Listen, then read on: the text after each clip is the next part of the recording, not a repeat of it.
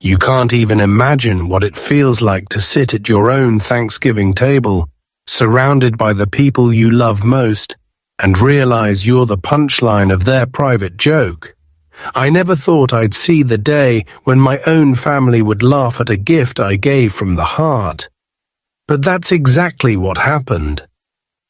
And if you think you know how this story ends, you're wrong. Because the next day, they lost everything I ever gave them, and not a single one of them saw it coming. Before I tell you what was in that box, I want you to do something for me. If you've ever felt unappreciated by your own family, or if you've ever had a moment where you realized you were being taken for granted, hit that subscribe button, like this video, and share your story in the comments. You're not alone, and your voice matters here. Now, let me take you back to that Thanksgiving. The house was full. My daughter, my son, their spouses, my 3 grandkids, even my late wife's sister, who never missed a chance to remind me how things used to be. The air was thick with the smell of turkey and sweet potatoes, laughter echoing off the walls. You'd think it was a picture-perfect holiday. But underneath all that noise, there was something else, a kind of coldness, a distance I couldn't ignore. I'd spent weeks picking out gifts for everyone. It's a tradition I started after my wife passed. She always said, a little surprise at Thanksgiving makes the world feel warmer. So I kept it going, even when it felt like I was the only one who cared. This year, I decided to give something different. Not money, not gadgets, not the usual gift cards. I wanted to give them something meaningful, something that would remind them of what really matters. After dinner, I stood up and cleared my throat. I have a little something for each of you, Bassi, I said, holding up a small box wrapped in gold paper. The room went quiet, all eyes on me. I handed the box to my eldest granddaughter, Emma. She tore off the paper, opened the lid, and pulled out a simple hand-carved wooden heart. I'd made it myself late at night in my workshop, thinking of all the times I'd held her as a baby, all the stories I'd told her about her grandmother. For a moment, she just stared at it.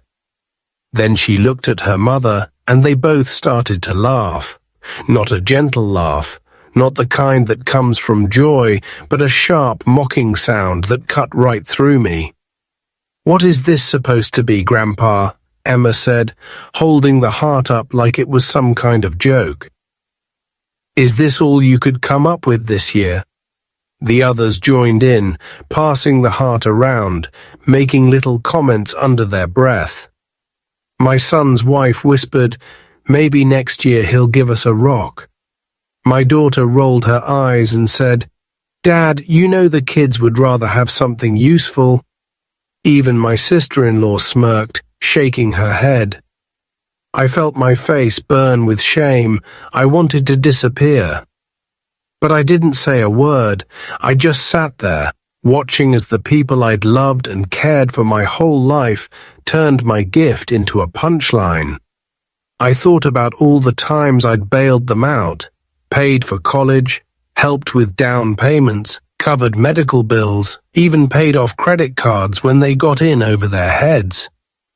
I thought about the vacations, the birthday parties, the Christmas mornings when I played Santa so they could sleep in. I realized in that moment that none of it mattered. Not to them. I excused myself and went out to the porch. The cold November air biting at my skin, I stood there, listening to their laughter drift through the window, and I made a decision. If they couldn't appreciate what I gave from the heart, maybe it was time they learned what it felt like to lose everything they'd ever taken for granted. You might be wondering what I did next. Did I confront them? Did I yell or cry or beg for their respect? No. I did something they never expected.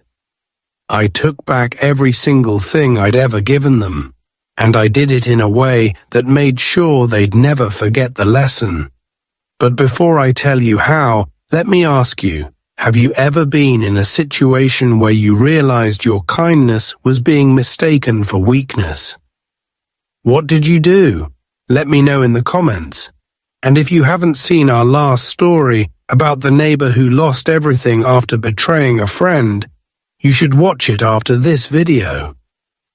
Sometimes the people closest to us are the ones who need the biggest wake-up call. That night, after everyone left, I sat in my empty house and made a list. Every loan, every gift, every favor, every sacrifice.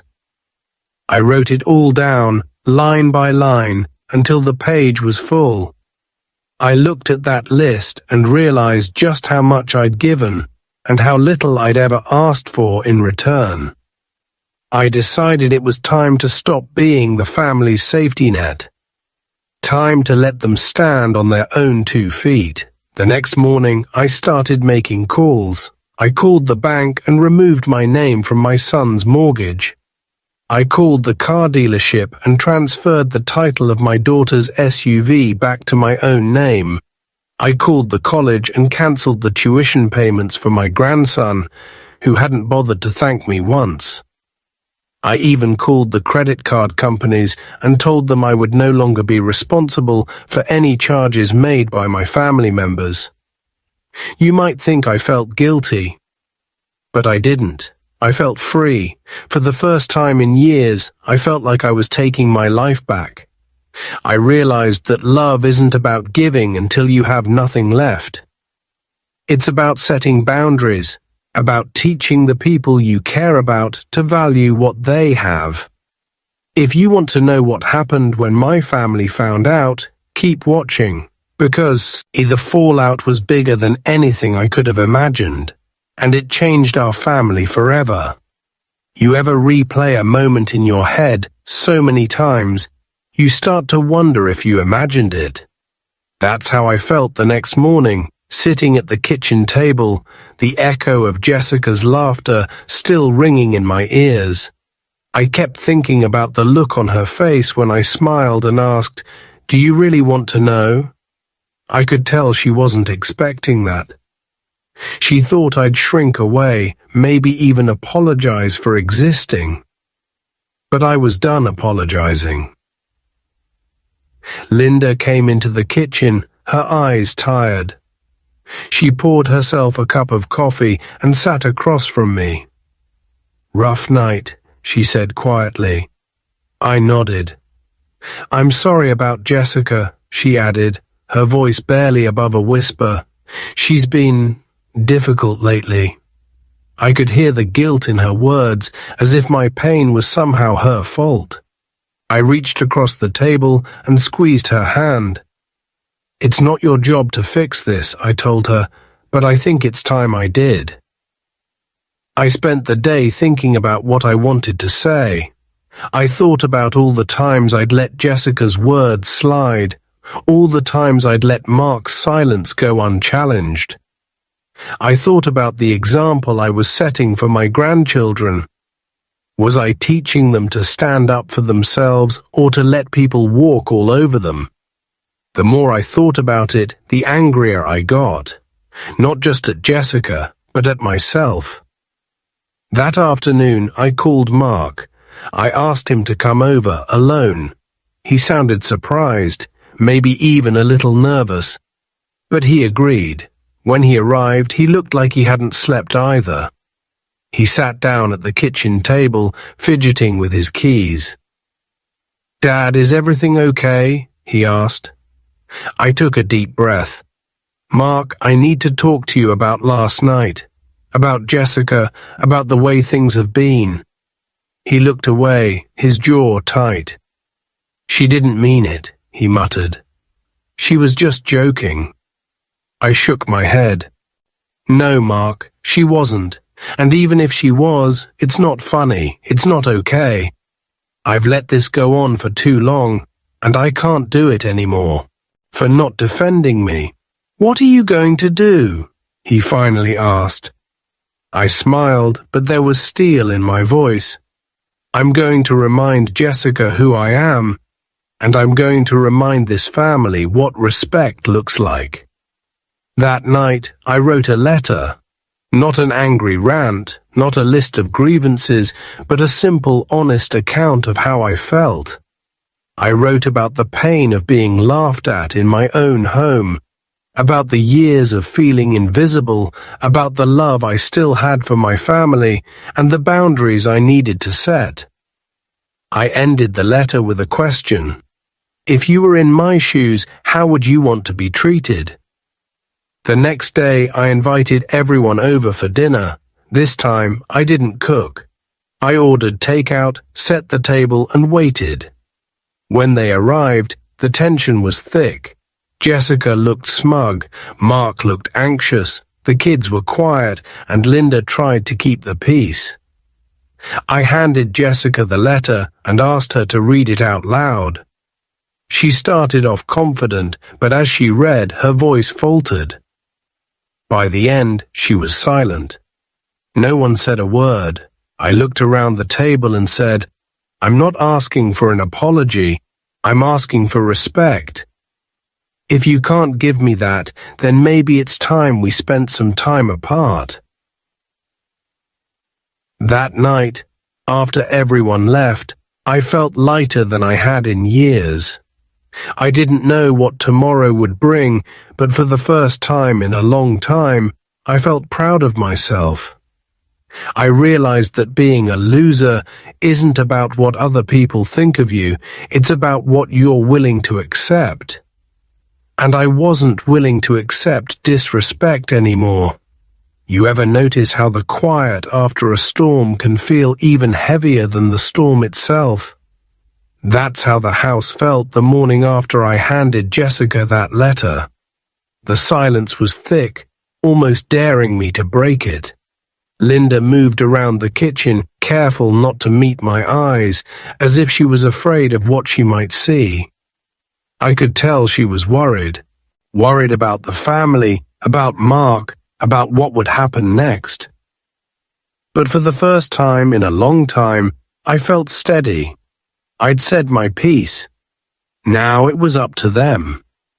I spent the day in the garden, letting the sun and the dirt clear my head.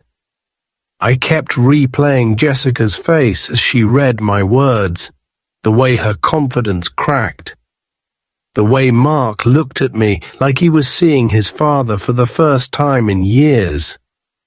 I wondered if they'd come back, if they'd try to pretend nothing happened, or if this was the start of something new, something honest. That afternoon, my phone rang. It was Mark. His voice was quiet, almost hesitant. Dad, can I come over? I told him he was always welcome. When he arrived, he looked tired, but there was a determination in his eyes I hadn't seen in a long time. He sat down at the kitchen table, the same spot where we'd had so many hard conversations over the years. Jessica's upset, he said, not looking at me. She says you embarrassed her. She says you made her look bad in front of the kids. I nodded, letting him talk. But I read your letter again. And I think you're right. I haven't been standing up for you. Or for myself. I let things slide because I didn't want to fight. But maybe that's why things got so bad. I could see the struggle in his eyes, the pull between loyalty to his wife and the realization that something had to change. I love Jessica, he said, but I love you too. I don't want to lose my family over this. But I also don't want to keep pretending everything's fine when it's not. I put my hand on his. Mark, I don't want to break up your marriage. I just want to be treated with respect. That's all I've ever wanted. And I want you to know it's okay to expect the same for yourself. He nodded, tears in his eyes. I'm going to talk to her, really talk, not just about you, but about us. about what kind of family we want to be. That night, I sat on the porch, watching the sun set behind the trees. I thought about all the years I'd spent trying to keep the peace, trying to make everyone happy. I realized that sometimes the only way to heal is to let things break, to let the truth come out, even if it hurts. The next day, Jessica called.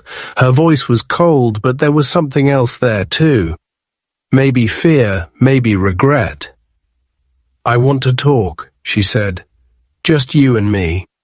I agreed, knowing this was a conversation we should have had years ago. When she arrived, she didn't waste time. "I'm not used to people standing up to me," she admitted.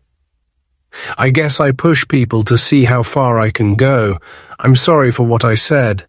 I was out of line." She looked at me, really looked at me, for the first time since she joined our family. "But you have to understand, I've always felt like I had to prove myself, like I was never good enough." I listened, really listened, and for the first time I saw the person behind the sharp words. "Jessica, you don't have to prove anything to me, but you do have to treat people with respect. That's the only way this family is going to work." She nodded, wiping her eyes. "I want to try, for Mark, for the kids, for all of us." That night, for the first time in a long time, I slept soundly. I didn't know what tomorrow would bring, but I knew I'd done the right thing. And sometimes, that's enough. You ever realize that sometimes the hardest part of standing up for yourself isn't the confrontation, it's what comes after? That's what I learned in the days following my talk with Jessica. The house felt different, like the air had shifted. Linda was quieter, moving through her routines with a kind of cautious hope. Mark called more often, sometimes just to check in, sometimes to talk about nothing at all. But the biggest change was in myself. I felt lighter, as if I'd finally set down a burden I'd been carrying for years. But peace never lasts long in a family that's been avoiding the truth. A few days later, Jessica invited us over for dinner. I could tell she was nervous, her voice a little too bright on the phone. Linda and I arrived to find the table set, the kids dressed up, Mark looking more relaxed than I'd seen him in months. Jessica greeted us at the door, her smile genuine but uncertain. Dinner started off awkward, everyone tiptoeing around the elephant in the room, but as the meal went on, something shifted. Jessica asked about my work, about my childhood, even about the first time I met Linda. She listened, really listened, for the first time. The kids chimed in, asking for stories, laughing at old family jokes. Mark reached for Jessica's hand under the table, and I saw a spark of the man he used to be. After dessert, Jessica cleared her throat. "I want to say something," she began, her voice trembling. "I know I've been hard to live with. I know I've said things I shouldn't have. But I want to do better, for Mark, for the kids, for all of us. I'm sorry for what I said at dinner.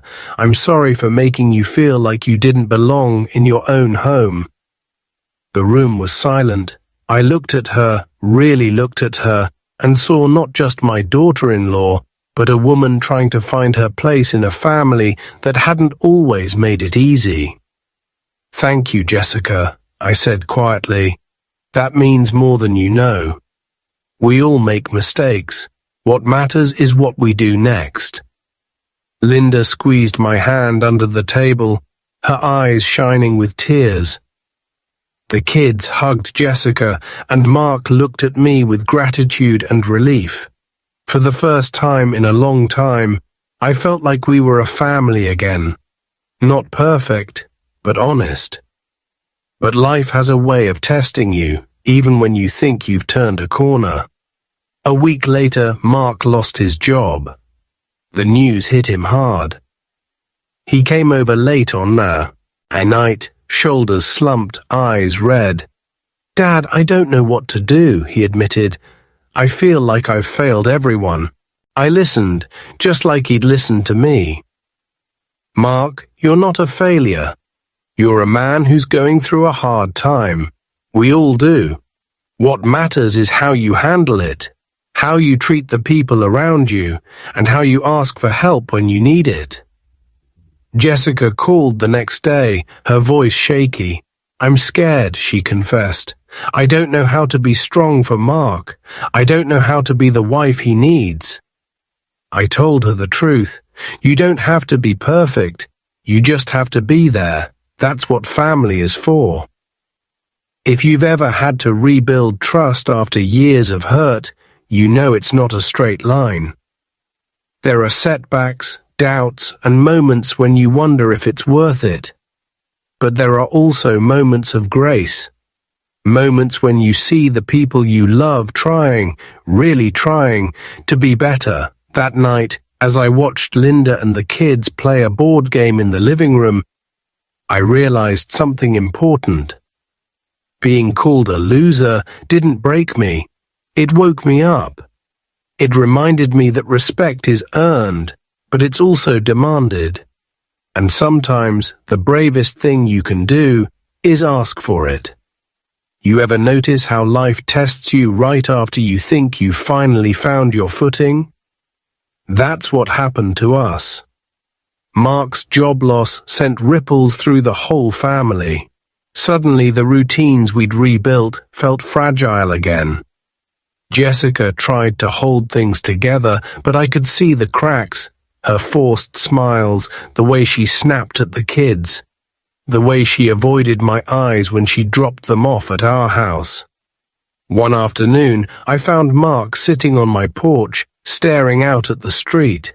He looked smaller than I remembered, like the weight of the world was pressing down on his shoulders. "Dad, I don't know how to fix this," he said, his voice barely above a whisper. "I feel like I'm letting everyone down."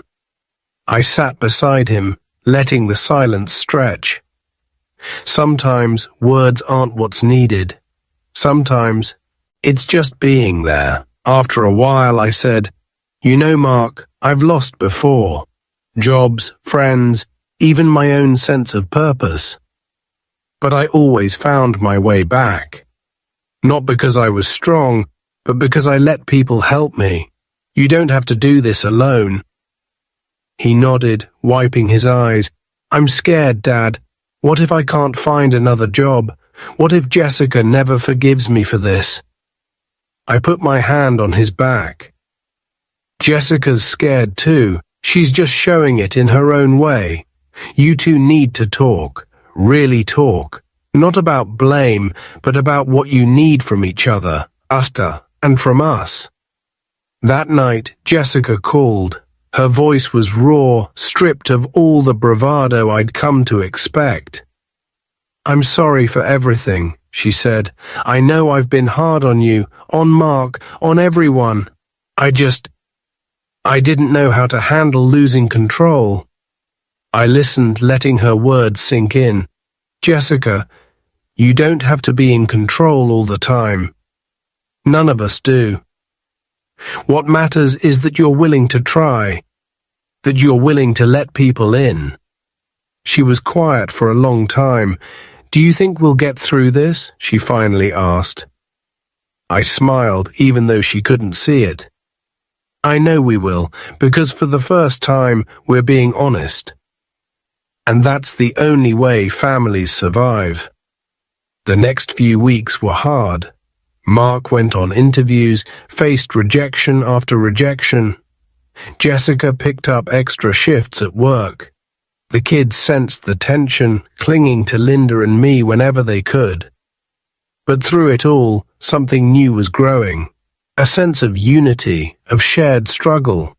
We started having family dinners again, not because everything was perfect, but because we needed each other.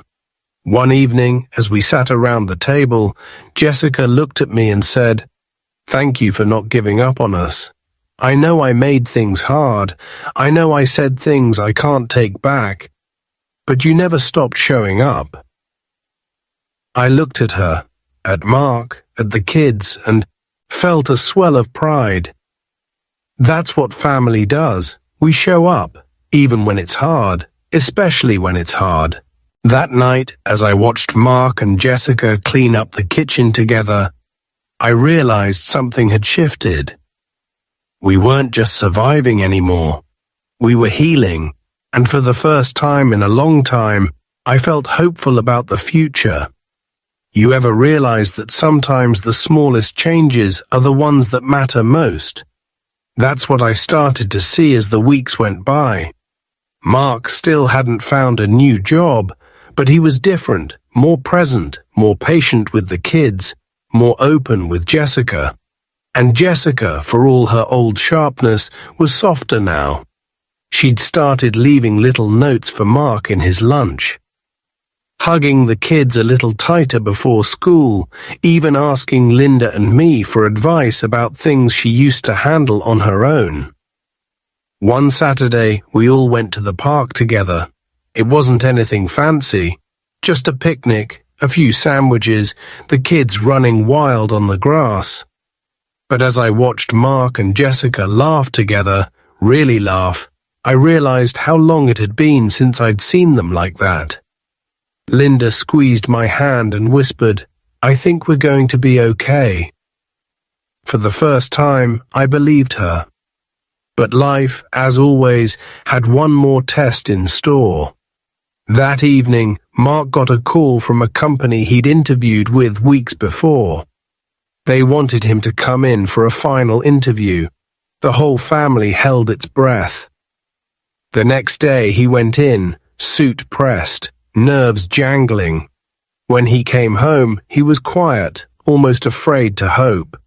But 2 days later, the call came. He got the job. The relief in the house was like a wave breaking. Jessica cried, the kids danced around the living room, Linda baked a cake, and Mark hugged me so hard I thought my ribs would crack. "Thank you, Dad," he whispered. "For everything. For not letting me give up." That night we had dinner together, just the family, no guests, no drama.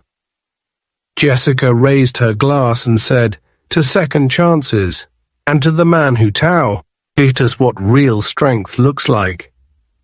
I felt my throat tighten, but I managed to smile. "To family," I said, "to never giving up, even when it feels impossible." That night, as I sat on the porch, listening to the laughter drifting through the open window, I realized something important. Being called a loser didn't define me. What defined me was how I responded. By standing up, by forgiving, by loving my family enough to demand better from all of us. You ever look back and realize the hardest moments were the ones that brought your family closest together? That's what I saw as the days turned into weeks and the new normal settled in. Mark threw himself into his new job, coming home tired but proud. Jessica started volunteering at the kids' school, something she'd never had time or patience for before. The kids seemed lighter too, their laughter filling the house in a way I hadn't heard in years. One evening, after dinner, Mark and Jessica sat with Linda and me on the porch. The air was warm, the sky streaked with the last colors of sunset. Mark cleared his throat, looking at Jessica, then at me. "Dad, I want to say something," he began. "I know things got bad. I know I let you down. But I want you to know I'm grateful for everything, for not giving up on us, for showing me what it means to be a man, even when it's hard." Jessica nodded, her eyes shining. "I'm sorry for the things I said, for the way I treated you. I thought I had to be tough to survive, but I see now that real strength is admitting when you're wrong and asking for help." Linda squeezed my hand, and I felt a wave of emotion I hadn't expected. "We all make mistakes," I said quietly. "What matters is what we do next. Family isn't about being perfect. It's about showing up, even when it's messy." We sat there in the fading light, the silence comfortable for once. The kids played in the yard, chasing fireflies, their laughter echoing into the night. I realized then that the pain, the arguments, even the harsh words at that dinner table, they'd all led us here. To honesty, to forgiveness, to a kind of closeness I'd almost given up hoping for. That night, as I watched the stars come out, I thought about that dinner. About Jessica's laughter, about the word loser, about the way I'd smiled and asked her if she really wanted to know. I realized now that the answer wasn't about me at all. It was about all of us, about what we choose to do when life calls us out, about whether we let bitterness win or whether we choose to love, even when it's hard. You might think a story like this ends with a single apology, but the truth is healing is a journey, one that keeps unfolding long after the last harsh word is spoken. In the months that followed, I found myself reflecting on everything we'd been through, the pain of being laughed at in my own home, the courage it took to stand up for myself, the fear of losing my family, and the relief of seeing us come back together, stronger than before. One afternoon, as I was working in the garden, Jessica came outside, her hands full of lemonade and cookies. She sat beside me on the old wooden bench, the same one where I'd once wondered if I'd ever feel at home in my own family again. "You know," she said, "I used to think being tough meant never letting anyone see you hurt. But you showed me that real strength is being honest, even when it's uncomfortable." I smiled, feeling a warmth I hadn't felt in a long time. "We all have our moments, Jessica. What matters is what we do with them. I'm proud of you, of Mark, of all of us." She looked at me, her eyes clear. "Thank you for not giving up on me, on us." "I know I made it hard," I said, hook my head. "You made it real, and that's what families are. Real, messy, sometimes painful, but always worth fighting for." As the weeks passed, our family found a new rhythm. Mark's job brought new challenges, but he faced them with a confidence I hadn't seen in years. Jessica became a pillar in the community, helping other parents, volunteering, even starting a support group for families going through tough times. The kids thrived, their laughter a constant reminder that love, not perfection, is what makes a home. Linda and I grew closer too. We spent quiet evenings together, sometimes talking, sometimes just sitting in comfortable silence, grateful for the peace we'd fought so hard to find. I realized that being called a loser had been a gift in disguise, a wake-up call that pushed me to demand respect, to set boundaries, and to love myself enough to expect better. If you've made it this far, I want to thank you for being part of this journey. Maybe you faced your own family struggles, or maybe you're still searching for a way to heal. Whatever your story, know that you're not alone. There's always hope, even in the darkest moments. And sometimes the greatest strength comes from choosing to forgive, to try again, and to keep showing up for the people you love. So, what would you do if someone called you a loser at your own table? Would you walk away, or would you stand your ground? Would you let bitterness win, or would you choose to love even when it's hard? Share your thoughts in the comments below. Your story might be the encouragement someone else needs. And if this story touched you, please subscribe, like, and share it with someone who needs to hear it. Check out our other videos, especially the one about the grandfather who took back everything after being laughed at by his family. Because sometimes the most powerful stories are the ones we live through and the ones we choose to tell.